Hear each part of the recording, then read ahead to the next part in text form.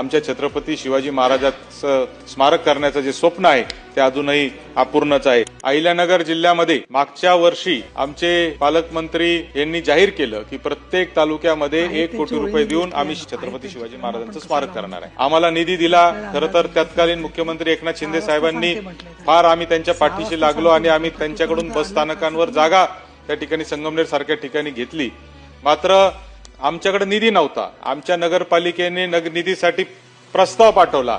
तो प्रस्ताव आमच्या डीपीडीसीच्या मीटिंगमध्ये असं सांगण्यात आलं की तो प्रस्ताव तुम्ही खर्च करू नका, आम्ही तुम्हाला डीपीडीसी मधून पैसे देणार आहे। आणि डीपीडीसी मध्ये जेव्हा आम्ही पैशाची घोषणा पालकमंत्र्यांनी केली तेव्हा लक्षात आलं की अशा कामाला डीपीडीसी मध्ये आपल्याला पैसे देता येत नाही, म्हणून तो प्रस्ताव माननीय पालकमंत्र्यांच्या निर्देशानुसार हा शासनाकडे पाठवण्यात आलाय। गेले 1 वर्ष झाले शासनाने त्याच्यावर कोणत्याही पद्धतीचा निर्णय किंवा मार्गदर्शन आमच्या जिल्ह्याच्या डीपीओला दिलं नाही। त्याच्यामुळे आजही आमच्या छत्रपती शिवाजी महाराजांचं स्मारक करण्याचं जे स्वप्न आहे ते अजूनही अपूर्णच आहे। आणि म्हणून मला असं वाटतं शासनाने याच्यामध्ये तातडीने लक्ष देणं गरजेचं आहे।